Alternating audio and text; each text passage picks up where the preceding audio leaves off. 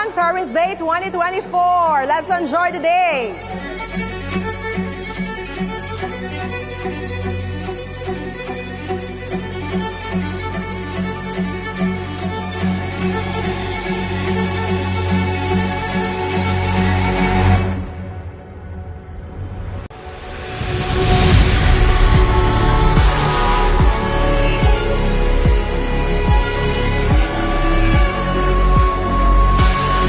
Bago po tayo magsimula, isang malakas na thank you, Lord!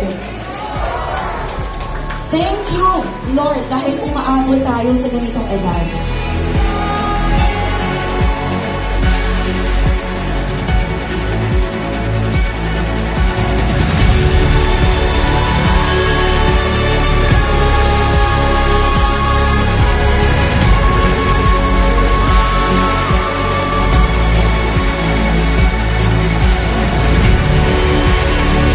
I hope that this day will be a memorable day for everyone, and let's enjoy the day. Thank you so much, and God bless you all.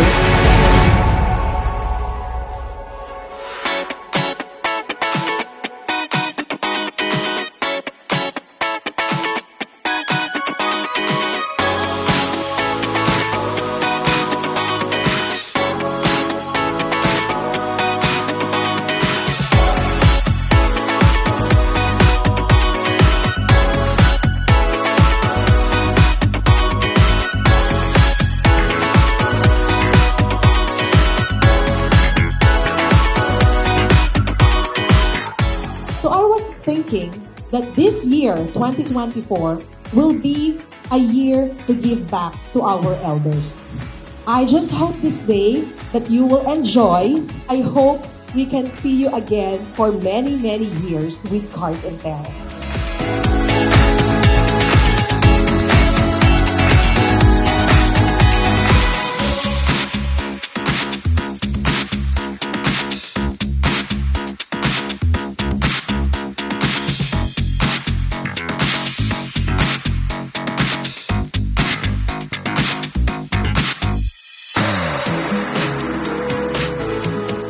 Kami po ay nagpapasalamat, tulungan po natin na magkaroon ng Sustainable Livelihood Program ang ating bansang Pilipinas. Hindi po mahirap, okay po?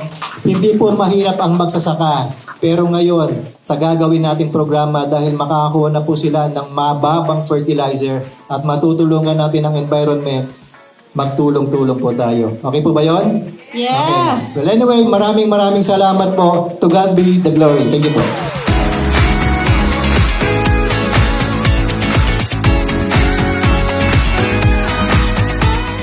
Ako po ay nagpapasalamat sa event na ito, sa Grandparents' Day na 2024. At kami po ay nagkaroon ng pagkakataon na kami ay maimbitahan at maging mapakilala sa buong Pilipinas na kami ay mayroon pang kakayanan na magkaroon ng award sa aming mga edad.